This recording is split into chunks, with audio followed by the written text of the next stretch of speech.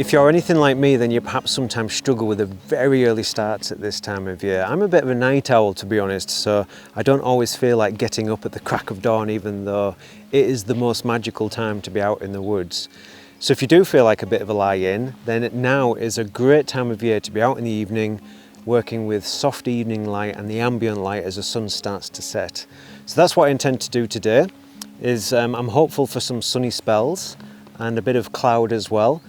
I want to try and make some images which make use of that soft light and the lovely fresh springtime foliage that's starting to emerge. But before we do that, I want to introduce you to the most fantastic tree which I've found, or multiple trees you might say. It's very, very unusual. So I can see it from here. Let's go and have a closer look. Come on, Meg, let's have a closer look. Light's pretty good actually. Just on the edge of the cloud there.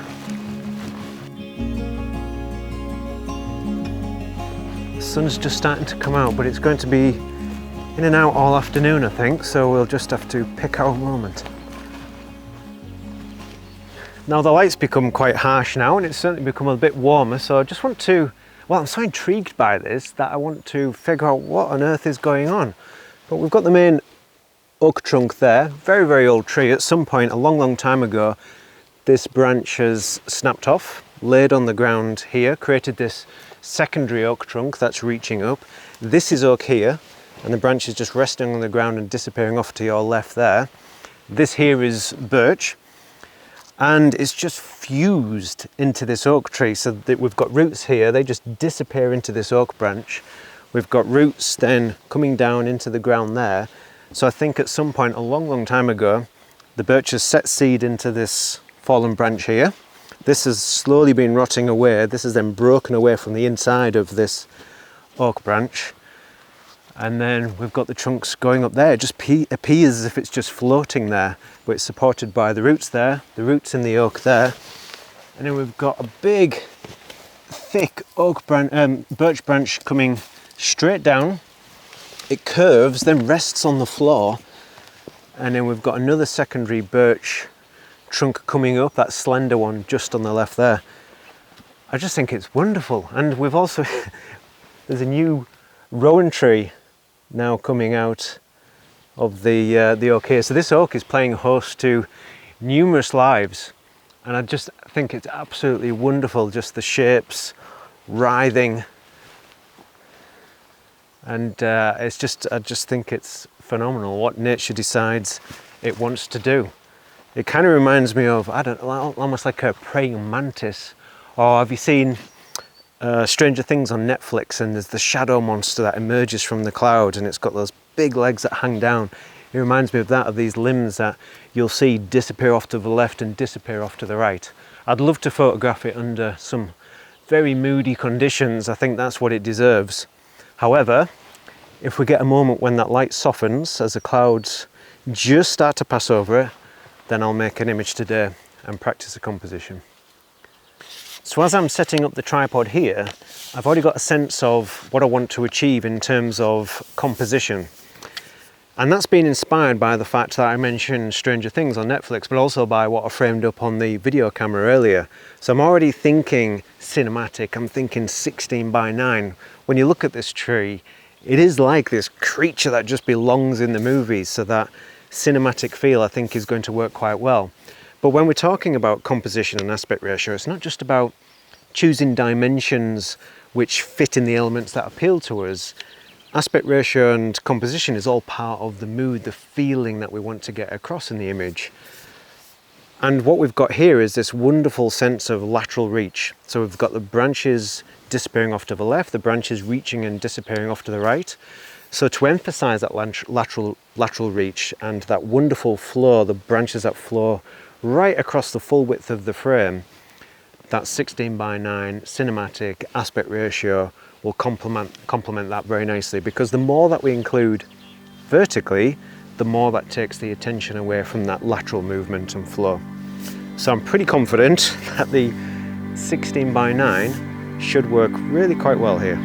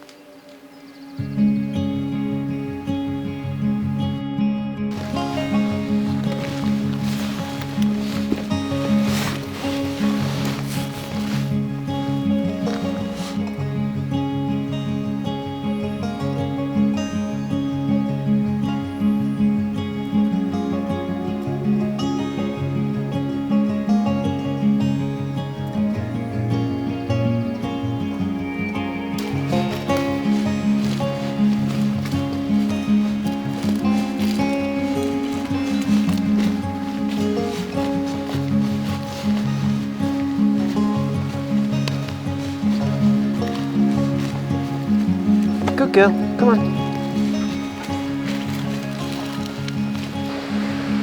Right, I'm going to make my way down to the beck.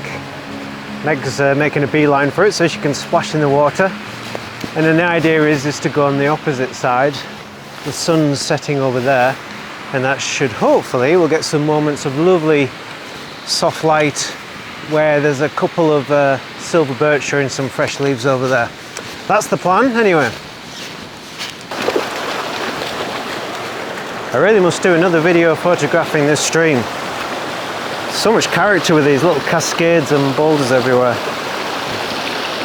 Nice to see a little bit more water flowing as well.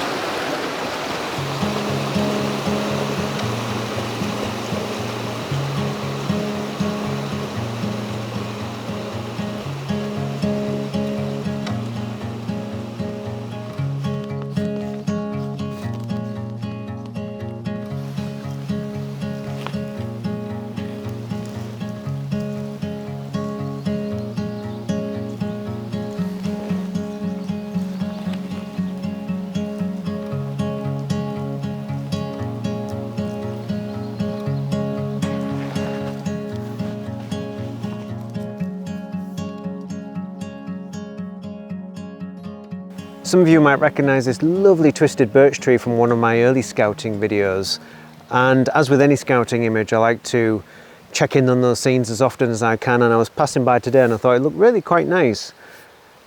Got some nice fresh silver birch leaves coming through, adding a nice splash of colour and interest, but not too many either, so we can still see those lovely structures of the branches. Now I've reposition myself compared to my scouting image. I took a vertical 4-5 before. I've moved further on this way this time just to bring in a square or a 4-5 horizontal. And that's, well, it's just to bring in more of those branches, because we've got some nice forked branches hanging down from the top which are really quite nice, and we get a nice distribution of colour as well. And we've got some oak trees in the background which aren't out in leaf yet, so it's another reason why these leaves are standing out quite nicely. Now the light's just gone a little bit too flat.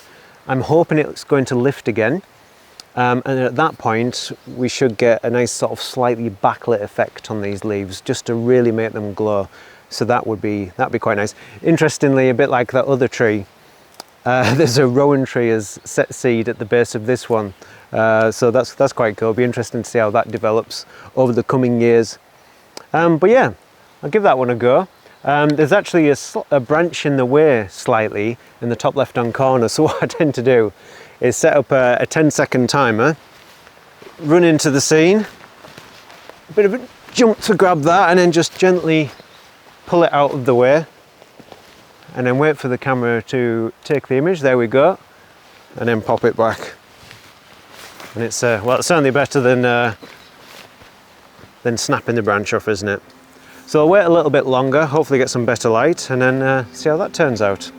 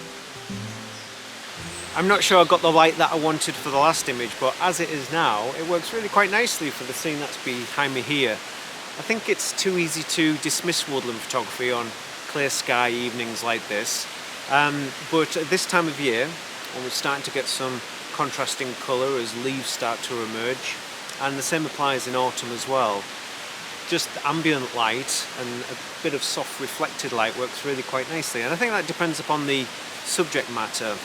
But here we've got a rowan tree, And a rowan tree can quite often have quite a silvery bark, has a nice sheen to it as well. So we don't want strong light because it's going to reflect off that a little bit too much.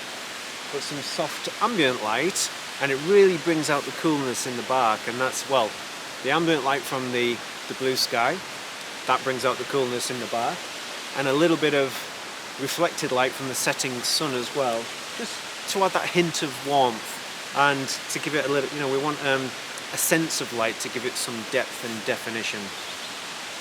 As for the composition, this rowan offers a window, a view down to the stream in the background, a lovely little quaint stream, some cascades in the background there, and the rowan tree itself is quite scraggly. It just kind of arches over, then drops down the left hand side and then hooks back in again. And there's another rowan tree down in the valley, and that's helping to fill that bottom corner with more of this kind of complex network of rowan branches. So the way they're catching the light and just, it has a lot of detail there, but the way it's just offering that frame, softened slightly with that splattering of fresh rowan leaves. So I'm going to go for a square image. I think it makes it quite a nice little, a canny little composition, and the square is what works in terms of getting that feeling of the branches looping round and framing the scene. I've taken it in a portrait orientation just in case I feel like bringing in a 5x4. Bottom right hand corner will be out of focus, I'm not bothered, there's nothing really interesting going on there. But as it is, quite pleasant, quite like it. It's cold now, the temperature's absolutely plummeted. I don't know what's going on, we're in May now and it's freezing. So on that note, and because we're losing the light as well, I think I'm going to call it a day, head home, and just like last time, get warmed up.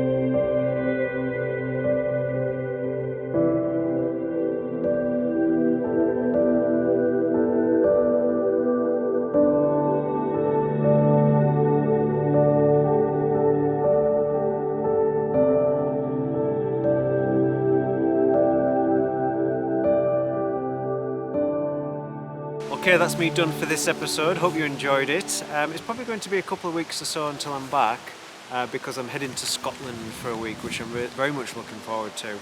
But hopefully I'll bring back some images and video clips to share with you from there.